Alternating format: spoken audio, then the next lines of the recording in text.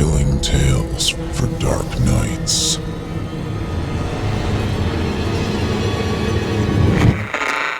Want to make sure you never miss a Chilling Tales for Dark Nights video again? Be sure to subscribe and hit that bell to turn on notifications. The following interactive performance is a first-round entry in Chilling Tales for Dark Nights 2025 Evil Idol voice acting competition. And you, listener, get to help decide who advances to round 2. Voting is simple. Following the performance, simply click the thumbs up icon on this video if you'd like this contestant to move forward, or the thumbs down if you'd like to see them be eliminated. Voting on this entry will conclude 1 week after the date of its posting. Thank you, and good luck to all of our contestants. Part 1. If you think playing Twister with a ghost is strange, you're right. But that's not even the strangest part of what happened. It's what happened after that really made me question what I'd done.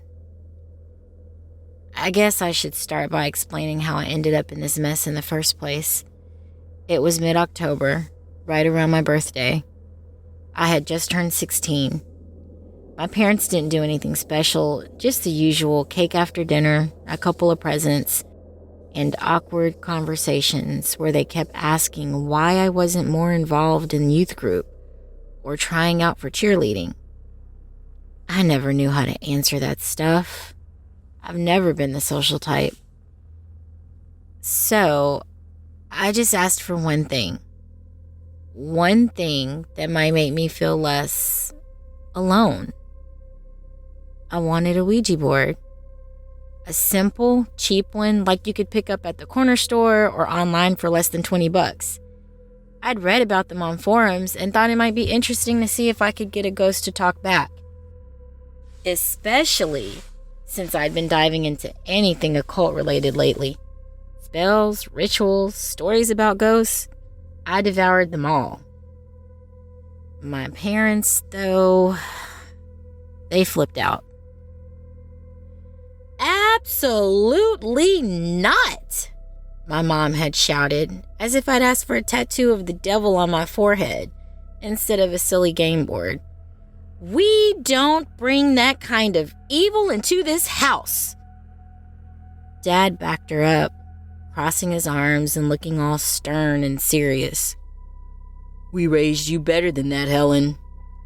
I don't know where you got the idea, but that thing is nothing but a gateway for demons. I remember standing there in the middle of the living room, clutching my birthday card, wishing the floor would swallow me up. I tried to explain that it was just for fun, that I didn't believe in any of it, but they wouldn't hear it. By the end of the conversation, my request had somehow become a major family crisis. They dragged me to church for a special sermon that weekend and made me say a rosary with them every night for a week. Happy birthday to me. But they couldn't stop me from thinking about it. Couldn't stop me from wondering, what if I didn't need a Ouija board? What if I could use something else? I had read about people using all kinds of weird items for spirit communication. Mirrors, keys, even letters. And then, on this tiny, obscure forum I'd stumbled across, someone had posted about using a twister mat for summoning. I don't know if they were serious or joking, but the idea had wormed its way into my brain, and the more I thought about it, the more I couldn't let it go. A twister mat. Why not? It wasn't like I had anything to lose. So, one night, when my parents were asleep and the house was dark and quiet, I decided to give it a try. Setting up was easy. I just grabbed the old Twister game from the closet, the one we'd had since I was little. The box was dusty, the mat crumpled and faded, but it would do. I spread it out on the floor of my bedroom and pulled out the spinner, feeling silly the whole time. If my parents knew what I was up to, they'd probably have a stroke. But they didn't know. And that's what made it thrilling. I sat cross-legged beside the mat, placed a single candle in each corner, and whispered a few lines I'd scribbled down from one of my research books. A basic invitation, something like, "If there's any spirit willing to play, I invite you to join me." I tossed in a strand of hair for good measure, just like I read. Then I waited. And waited. Nothing happened. The room was as silent and still as ever. Just the flicker of the candles casting wavy shadows on the twister mat. I sighed, leaning back against my bed. Maybe I had been stupid to think this would work. "Guess you're not in a twister," I muttered. But just as I was about to blow out the candles and crawl back into bed, the spinner twitched. Once, twice, then, very slowly, it turned. The plastic arrow scraping softly against the cardboard as it settled on left hand red. My heart nearly stopped. I stared at the board, half expecting it to just be a trick of the wind or my imagination, but the spinner stayed where it was, pointing resolutely at that red circle. I swallowed hard. This was crazy, but I leaned forward, hesitating for just a second, then placed my left hand on the red circle. Nothing. No eerie music, no cold gust of wind. The room didn't turn upside down. It was just me, my hand on a faded piece of plastic. I almost laughed at how silly I felt. But before I could move, the spinner shifted again. Right hand green.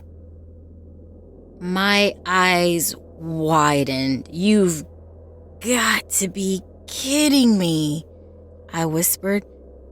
But sure enough, the spinner was pointing squarely at a green circle.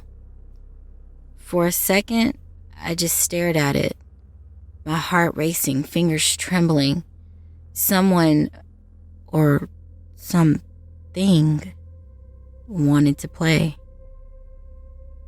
I moved my right hand to the green circle, half expecting the spinner to stop or the candles to blow out or something to make sense again. But the spinner just kept going. Left foot yellow. My breath caught in my throat. Every hair on my neck stood on end. This wasn't real. This couldn't be real. But there I was, left foot on yellow, hands spread awkwardly across the mat, and then it happened. A cold, icy touch brushed against my wrist. I jerked, almost falling over. My head whipped around, eyes scanning the empty room, but there was no one there. Nothing there. Nothing but that lingering chill, like the feeling you get when you stand too close to a freezer on a hot day. It was playing with me. The spinner turned again. Right foot blue. Before I could even move, I felt it. Pressure on the mat, the faintest sense of something shifting beside me. It wasn't solid, not really, more like a thick, chilled mist with a purpose. And when I stretched my foot over to the blue circle, it was right there, inches away from me. I couldn't see it, but I could feel it. My whole body shook with a mix of fear and excitement. We kept going, me and this ghost, this spirit, my invisible opponent. It took 10 minutes, maybe less, but somehow I won.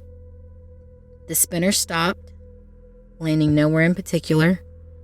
The room warmed instantly, the candles flickering softly, and I was left kneeling on the twister mat, staring at the empty space where that icy, ghostly presence had been. I won? I whispered to the darkness. No answer. Of course, but I could have sworn I felt a soft, cool breeze brush against my cheek, almost like a congratulatory pat on the shoulder. I laughed, a short, breathless sound. The kind you make when you're not sure if you're going crazy or if the world just took a hard left turn into the weird. Guess we're gonna be friends now, huh? I murmured softly, glancing around the empty room. I didn't know what I had just done. I didn't know what kind of friend I'd made. But I wasn't alone anymore. And that, at least, felt like a win. Part 2. After that first night, I couldn't stop thinking about what happened. I mean, wouldn't you? I'm not crazy. It wasn't some overactive imagination or a trick of the candlelight. I felt something there. Something real. Something I couldn't explain. And so, the next night, when my parents went to bed, I did it again. The setup was the same, twister mat on the floor, candles at the corners, a single strand of hair tossed onto the board as a kind of personal seal. I sat there cross-legged, heart hammering in my chest, and whispered, "Do you want to play again?" Nothing. For a second, I wondered if the whole thing had been a fluke. But then the spinner twitched. Once, twice. Slowly, it turned, and the plastic arrow landed on left hand red. I grinned, unable to stop myself. "I knew you'd come back," I murmured. I moved my left hand to the red circle, feeling that familiar chill settle over my fingers. The spirit was back. This time, I wasn't scared. If anything, I was excited. I started talking to it, whispering little things as we played, random thoughts I wouldn't have shared with anyone else. Things like how school was boring, how my parents didn't understand me, how I felt like I didn't have anyone to talk to. I don't know why I opened up. Maybe because in some strange way I felt heard. The spirit didn't speak back, of course, but every now and then I'd feel a soft brush of cold air against my cheek, or the lightest touch on my shoulder, as if it was trying to say, "I'm listening." We played Twister for what felt like hours. The whole time I felt the spirit's presence next to me, its cold, weightless form brushing against my skin whenever we got close. And when the game finally ended, with me twisted awkwardly across the mat, it almost felt like a shared victory, a secret between just the two of us. That was how it started. Night after night, I'd sneak out of bed and set up the game. And each time, without fail, the spirit would appear. We'd play for a while. Sometimes Twister, sometimes something else. I even tried cards once, spreading them out on my bedroom floor and inviting it to move one. To my shock, cards fluttered and shifted, and a cold presence nudged a single card towards me. The Ace of Spades. I remember laughing, staring at that card in disbelief. This wasn't just some random haunting. The spirit could think. It understood what it was doing. It wasn't until about a week later that I realized I'd started thinking of the spirit as my friend. I know how that sounds, but you have to understand, I didn't have anyone else. I'd never really fit in at school. The girls in my class were always whispering and giggling about boys and fashion, while I preferred reading books or daydreaming in the library. And at home, I was either invisible or a disappointment, depending on what kind of mood my parents were in. But the spirit, it didn't judge me. It didn't make me feel stupid or boring or weird. It was there, and that was enough. At first, I didn't tell my parents. What could I say? Hey, Mom, Dad, guess what? I made friends with a ghost using the twister mat from the closet. Yeah, that would have gone over well. But it was more than that. I didn't want to share my ghost. It was mine, my secret. That all changed the day my mom caught me talking to it. It was a Saturday afternoon, and I'd gotten cocky. I'd forgotten to lock my door, forgotten to be careful. I was on my bedroom floor, cards spread out around me, my invisible friend nudging one towards me, the King of Hearts. Nice try, I teased, reaching out to pick up the card, but I'm still gonna win. Helen? The door creaked open, and my heart nearly exploded out of my chest. I scrambled to my feet, knocking cards everywhere as my mom stepped into the room. Her eyes narrowed as she took in the mess of cards, the way I'd been crouched on the floor, and, worst of all, the empty spot across from me where I'd been pretending someone else was playing. "Who were you talking to?" she demanded. No one," I stammered, my face burning. I was just playing by myself." "You're too old for this, Helen. What's wrong with you?" She sounded more bewildered than angry, like she was trying to figure out if this was some new phase of teenage rebellion or just another sign that I was a complete weirdo. "You're 16, not 6. Why are you acting like this?" I bit my lip, heart hammering in my chest. I'm not acting like anything. I'm fine." "Fine?" she repeated. "You're fine, Helen?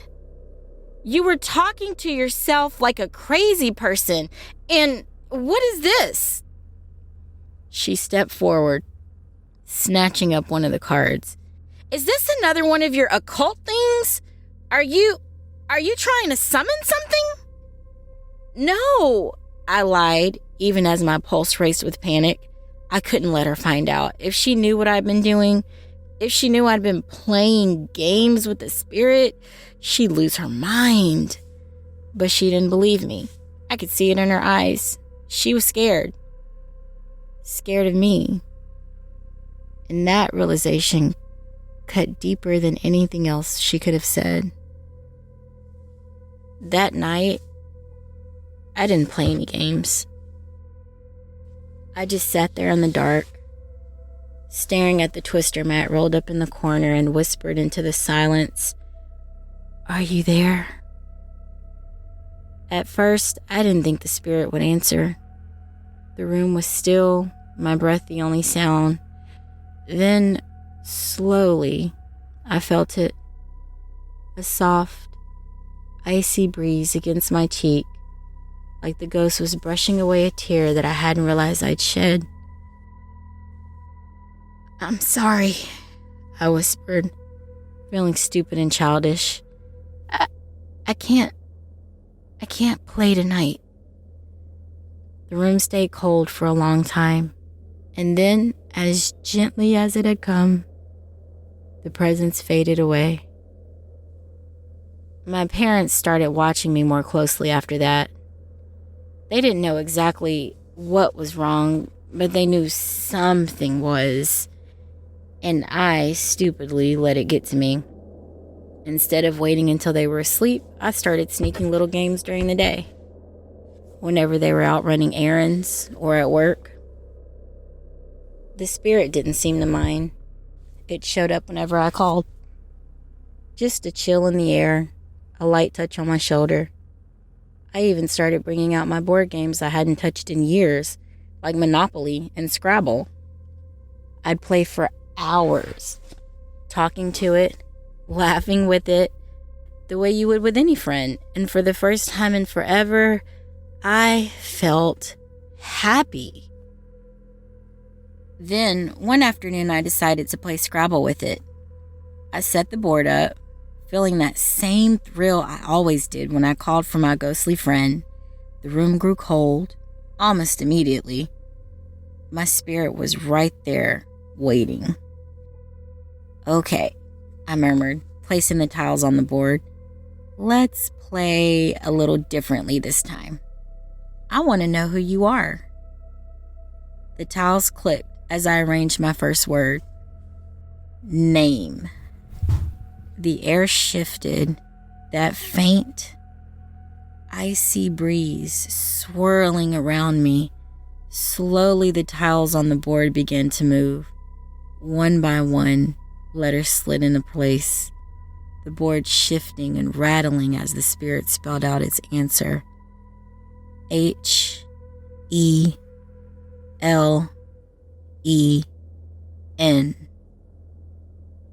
I stared at the board, blinking in surprise. Then I snorted. "Really?" I said, raising an eyebrow at the empty air around me. "That's what you're going with? You're gonna call yourself Helen, like me?" The room seemed to hum with a strange, whimsical energy. I can almost feel the spirit's smugness, as if it were grinning at some private joke. I shook my head, unable to hold back a chuckle. "Oh, wow. You really have a sense of humor, huh?" The spirit didn't respond, of course. But as I looked down at the board, at those simple letters, I couldn't help but smile. It was silly. Silly and a little ridiculous.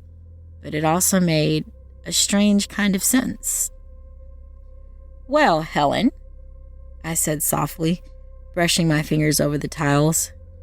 "I guess that makes us namesakes."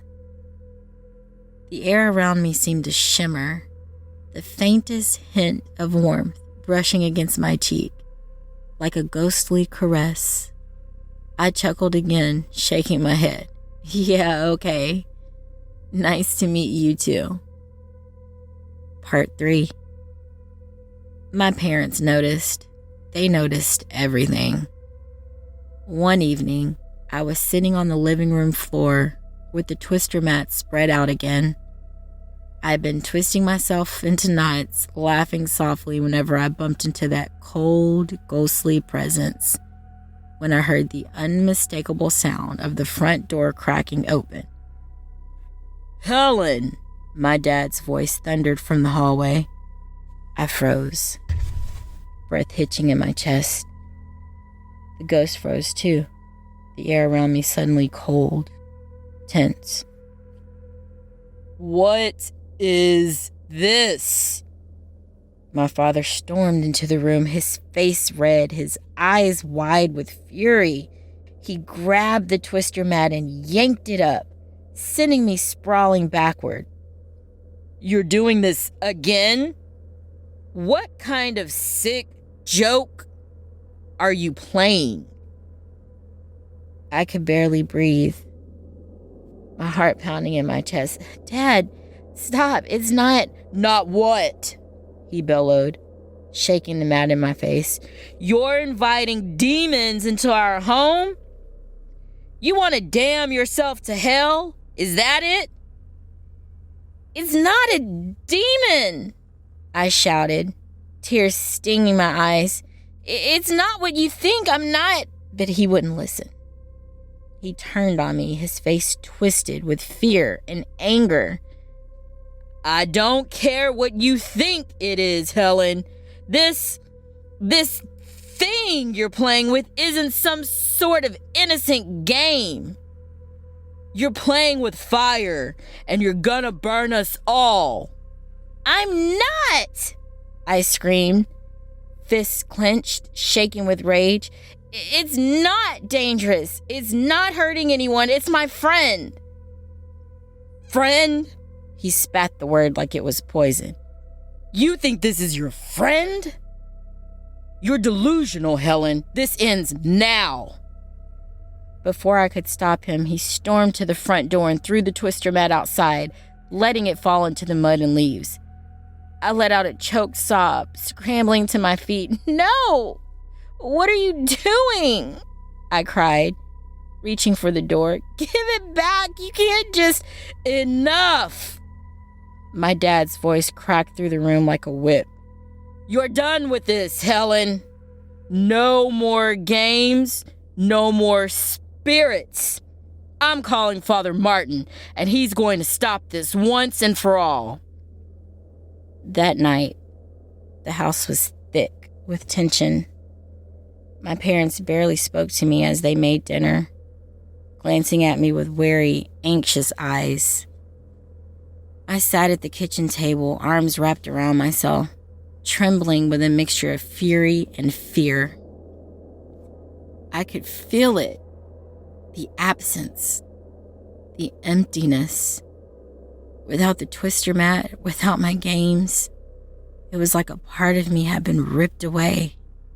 I knew the spirit, Helen, was still there, still watching, but it was distant now, its presence weak and strained, as if it didn't know what to do without the familiar rituals. Father Martin arrived just after sunset. He was a short, round man in his 50s, with a gentle smile and kind eyes that made my skin crawl. He looked at me like I was some lost lamb that needed saving, and I hated him for it. But I kept my mouth shut as he settled into the living room, my parents hovering anxiously at the edges of the room. Helen, he said softly, folding his hands in his lap. Your parents have told me a bit about what's happening. They're worried about you. They don't need to be, I muttered, staring at the floor. I'm fine. Are you? He asked, raising an eyebrow. They say you've been playing games with something you invited into your home. It's not like that, I shot back, clenching my fists. I didn't invite anything.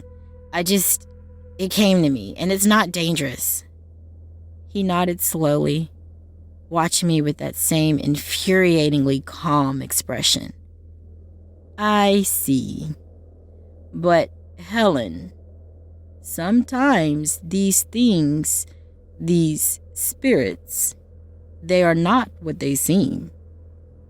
They can deceive us, make us think they're friendly, even when they have darker intentions.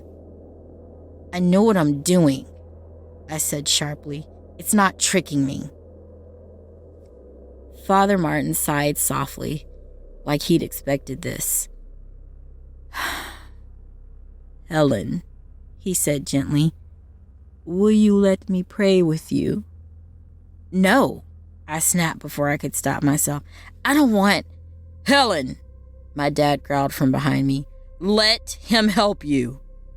I turned on him, fists clenched, heart pounding in my chest. You don't understand! I shouted. It's not evil. It's not dangerous. You're just scared because you don't get it.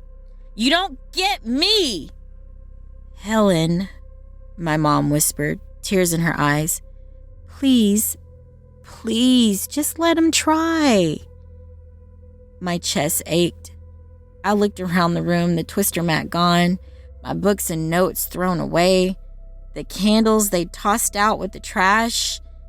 Everything that had made me feel like I was finally something was gone. And they were looking at me like I was the problem.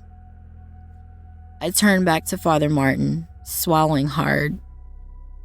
Fine, I muttered, hating how weak I sounded. Do whatever you want, but it won't work. Father Martin knelt in the middle of the living room, clutching his rosary, and began to pray. At first, it was just words, a soft murmur of Latin, the sound filling the room like a quiet chant. My parents bowed their heads, their lips moving silently in unison. I just stood there, glaring at them, arms crossed, resisting the urge to bolt. But then the air began to change. It started as a faint chill, creeping in around the edges of the room. My breath hitched, heart stuttering. I knew that feeling. I'd felt it 100 times before. The spirit was here. Father Martin didn't stop. His voice grew louder, more insistent, the words blending together into a rhythmic chant, and the air grew colder, thicker, a pressure building in my chest that made it hard to breathe. I stumbled back a step, panic rising in my throat. Stop it, I gasped, clutching my chest. You're hurting it. Father Martin didn't even look up. He just kept praying, louder and louder, the rosary beads clinking softly in his hands. My mom was crying softly, my dad's face pale and drawn, both of them watching in horrified silence. And then the room exploded. The air tore open with a sound like breaking glass, a gust of icy wind whipping through the living room, knocking over furniture and sending papers flying. My mom screamed, clutching her rosary, and my dad staggered back, his eyes wide. And there it was, the spirit.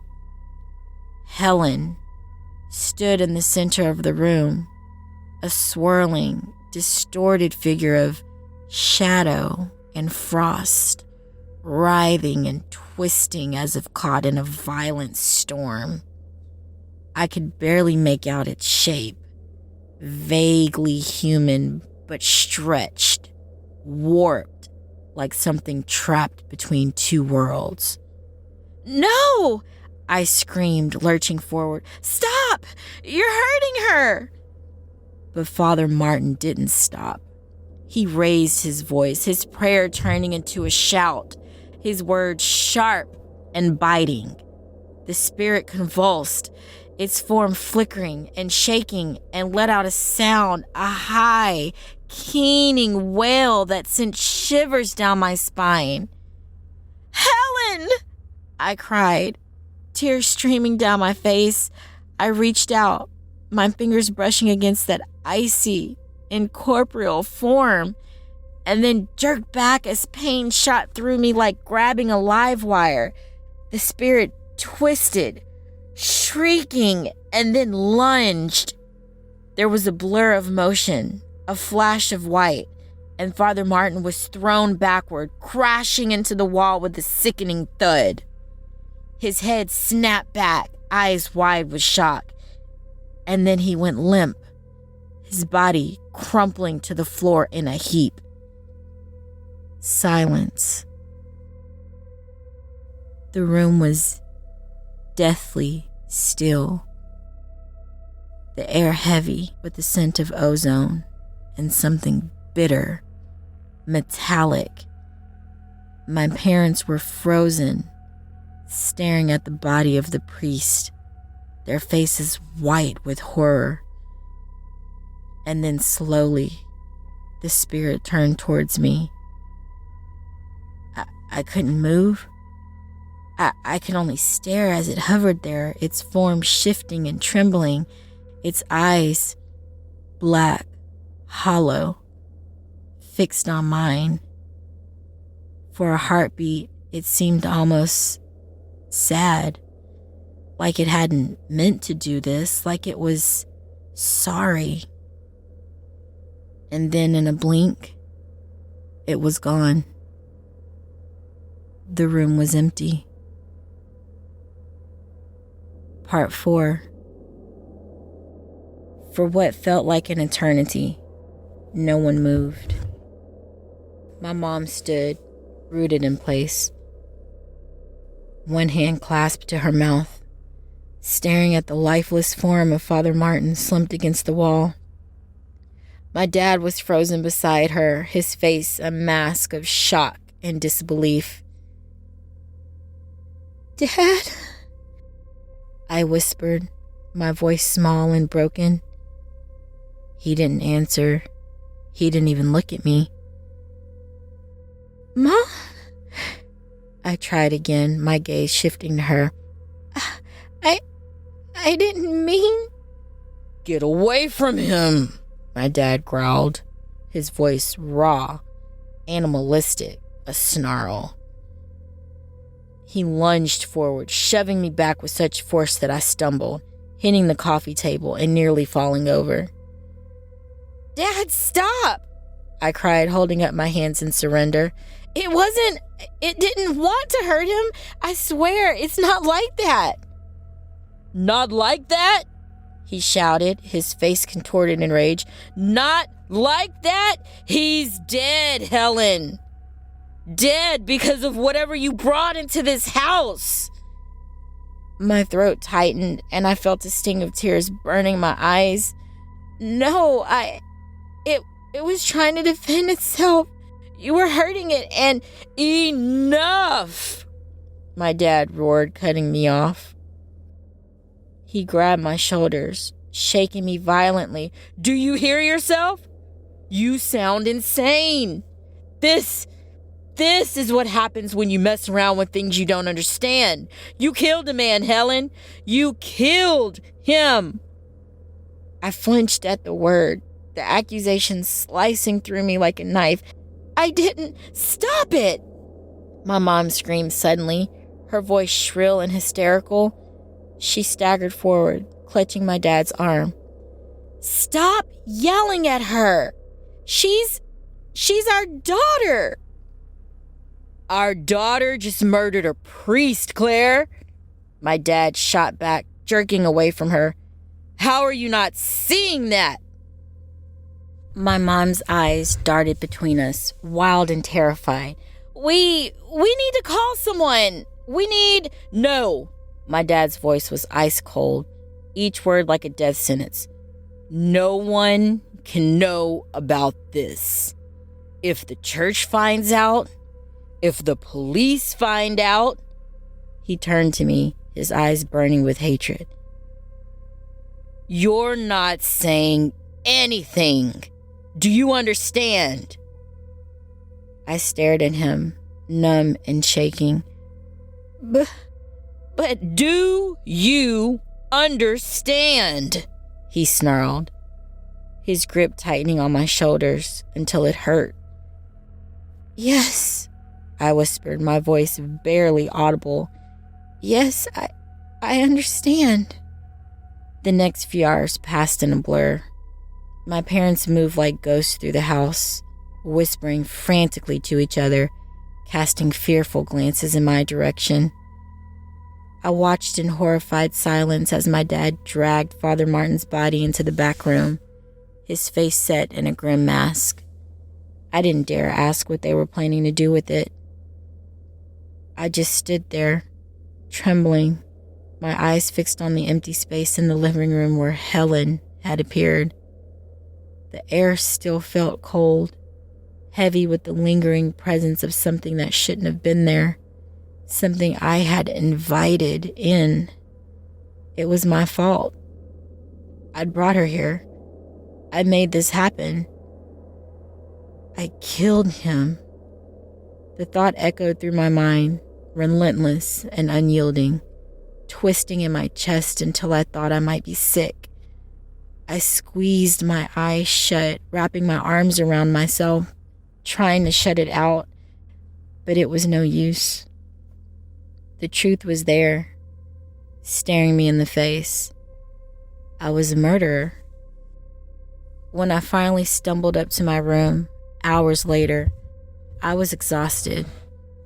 My parents had locked themselves in their bedroom, leaving me alone to grapple with what had happened. I felt hollow, numb, my mind a swirling storm of guilt and confusion and fear. I sank onto the edge of my bed, burying my face in my hands. "Helen?"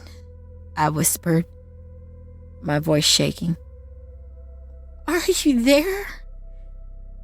Silence. "Please," I begged, choking on a sob.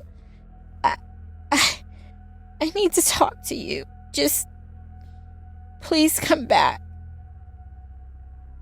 The room stayed quiet and still, the only sound, my ragged breathing. For a moment, I thought she was gone, that she'd left for good. And then slowly, the air around me grew colder. I looked up, tears blurring my vision, and there she was, a faint shimmer in the corner of my room, barely visible. She didn't move, didn't reach out, just hovered there, her form trembling as if she were struggling to hold herself together. "Helen," I breathed, my heart aching. "I'm so sorry. I didn't mean for this to happen. I didn't know." The spirit shifted, her outline flickering, and I felt it. A soft, almost imperceptible brush of cold against my cheek, like a tear made of ice. It's not your fault," I whispered, my throat tight. They hurt you. I didn't want them to hurt you." She seemed to shimmer, her form pulsing gently, and I got the sense that she was listening, understanding. But there was something else there too. Something darker. An undercurrent of anger, of rage, simmering just beneath the surface. I wish I could make them stop," I whispered, my voice breaking. "But they won't listen. A loud crash echoed through the house, making me jump. My head whipped around, heart pounding, and I heard my parents' voices, muffled, frantic, coming from downstairs. Another crash, followed by a string of curses. "Helen, help!" My mom's voice shrieked, high-pitched in panic. "Stop it! Please, just make it stop!" The blood drained from my face. I turned back to the spirit, my pulse racing. "What are you doing?" I whispered. "Helen, what?" But she was already gone. I bolted out of my room, my feet pounding against the hardwood floors as I tore down the hallway. I could hear the chaos in the living room, furniture toppling, glass shattering, my parents' shouts mingling with the low, guttural growl that made my blood run cold. "Helen, stop!" I screamed, skidding to a halt at the top of the stairs. The living room was a whirlwind of destruction. The coffee table lay shattered on the floor, shards of glass and porcelain scattered everywhere. The couch was flipped over, one leg broken clean off. My parents were huddled in the corner, my dad clutching my mom's shoulders, his face twisted in a mixture of terror and fury. And at the center of it all, hovering in the air like a storm made of shadow and ice, was Helen. She looked different now, darker, more solid, Her form rippled and churned, a writhing mass of shadow that pulsed with strange, unnatural energy. The air around her crackled, distorting like heat waves in the dead of summer. "Stop it!" I screamed, stumbling down the stairs. "Helen, please stop!" But she didn't stop. If anything, the storm only grew stronger, the air filling with a high, keening wail that sent my teeth on edge. My dad shouted something, but his words were lost in the din. I could only watch, helpless as the spirit turned toward them, her eyes black and empty, locking on to my mom's terrified face. "Don't hurt them!" I cried, throwing myself between them. "Helen, please, don't!" The wailing stopped. For a moment, the world seemed to hang in suspended silence. Helen hovered there, her dark form trembling, as if torn between two forces, one that wanted to lash out, to destroy, and one that listened. And then, with a shuddering, almost painful jerk, she vanished. The silence that followed was deafening. I stood there, chest heaving, my whole body trembling. My parents were staring at me, wide-eyed and shaking, my mom's hands pressed to her mouth. What was that?" My dad croaked, his voice barely audible. I swallowed hard, blinking back tears. I don't know," I whispered. I don't know what she is." My mom let out a choked sob, her shoulders shaking. My dad just stared at me, his expression unreadable.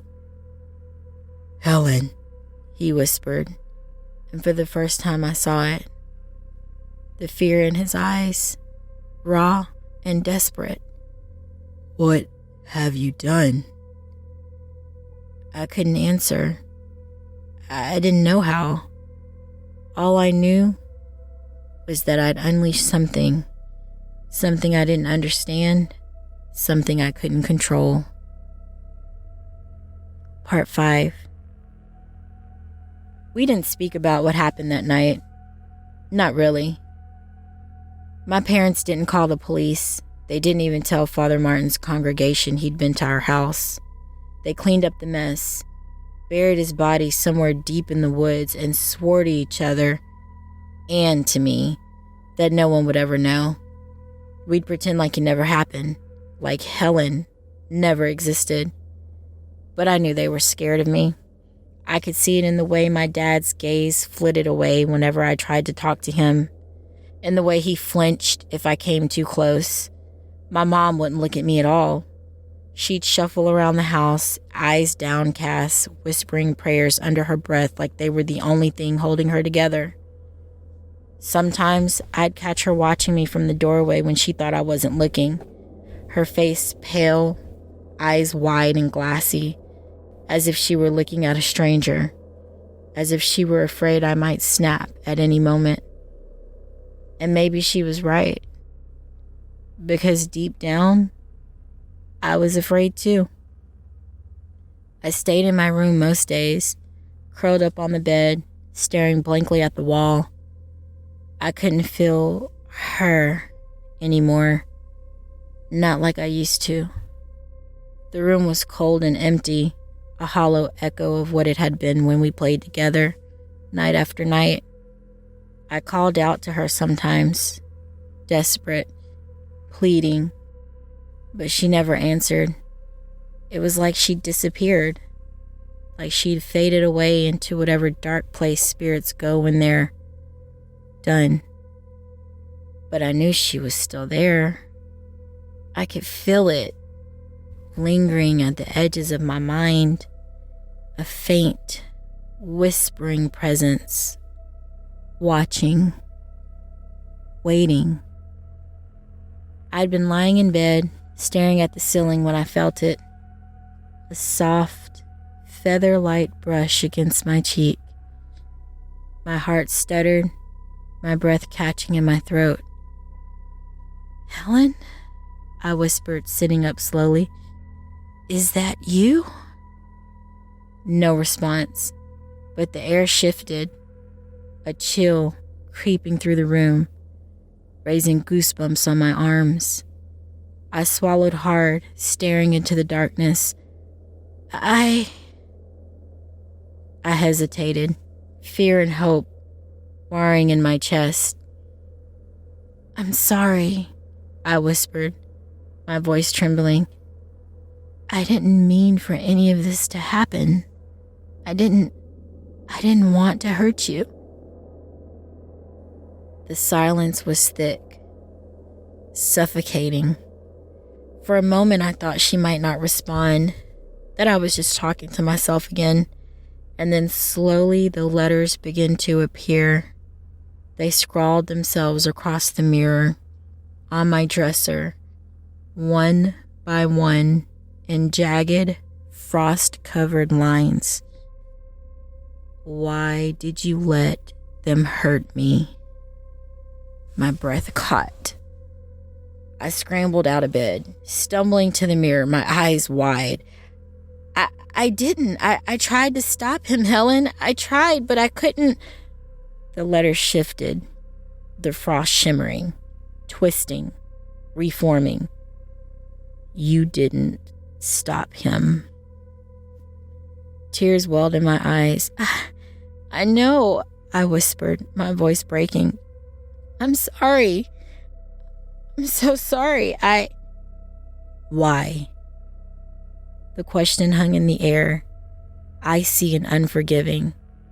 I stared at the words, my chest tight, my heart aching. "I was scared," I choked out. "I didn't know what to do. I didn't." The mirror cracked. I flinched, stumbling back, my pulse racing. The frost spread like a spider's web, creeping outward from the center of the glass. I watched, trembling as the lines twisted and curled, spelling out one final word. "Liar." I let out a choked sob, dropping to my knees. "Please," I begged. "Please, Helen, But she was already gone. The room fell silent again, the cold dissipating, leaving me alone in the dark. After that night, the hauntings changed. They weren't friendly anymore. They weren't playful like the games we used to play. There were no more touches, no more gentle breezes. Instead, there were whispers, faint, hissing voices that echoed through the house at night, filling the silence with a low, menacing hum. Doors would slam shut behind me when I walked through the hallways. Lights would flicker, then snap off, plunging me into darkness.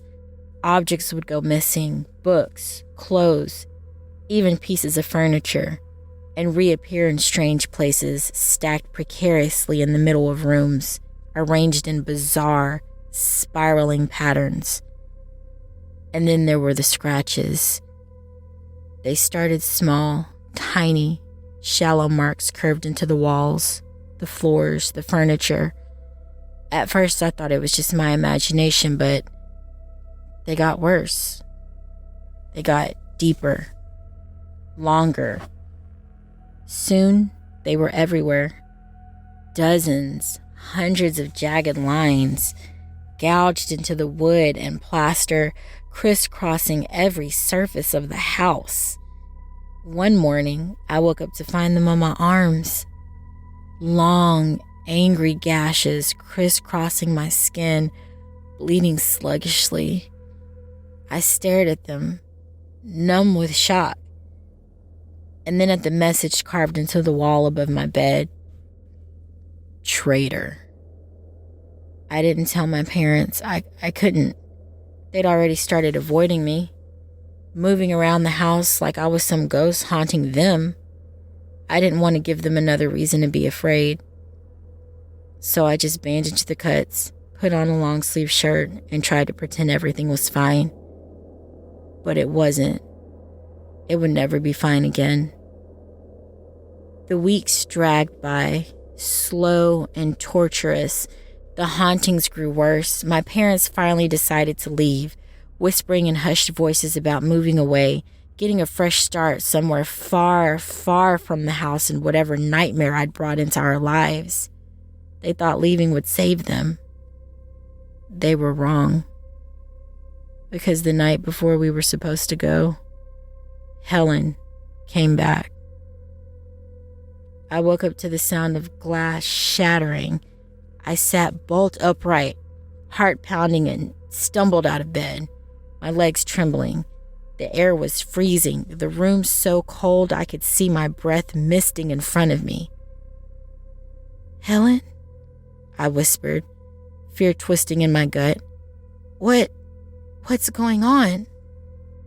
A high, keening wail echoed through the house, making my skin crawl. I staggered into the hallway, my pulse racing. "Mom? Dad?" No answer. I turned the corner, my heart in my throat, and froze.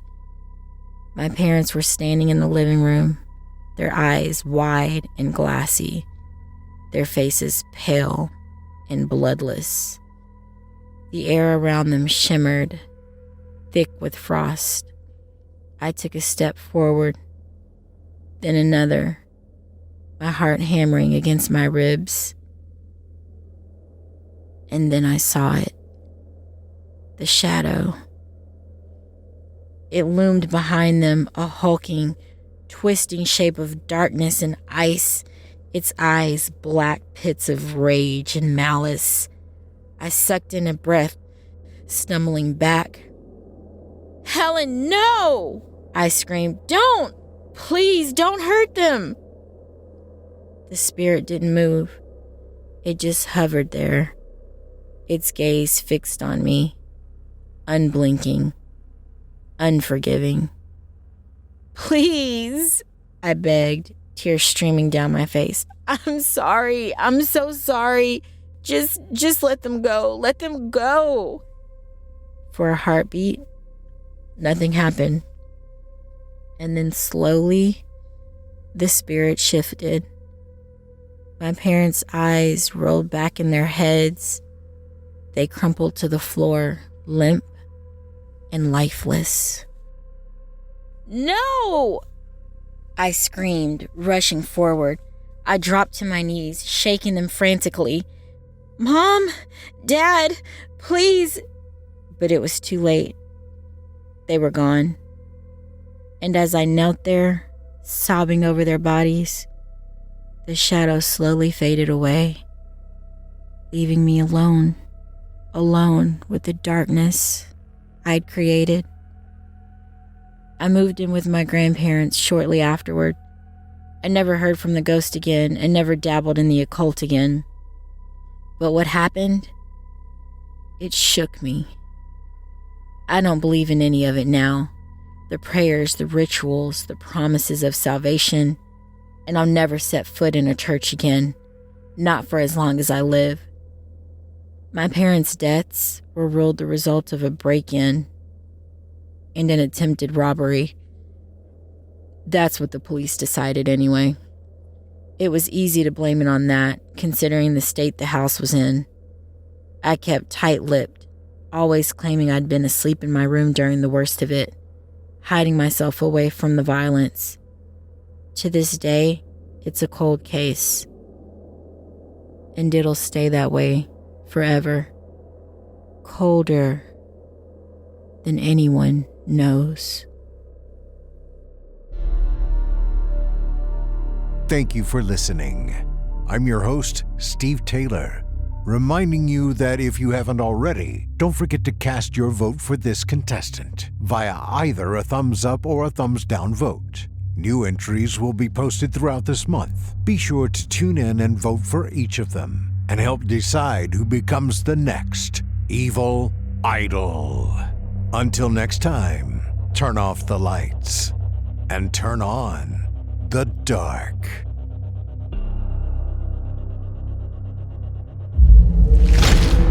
Chilling tales for dark nights.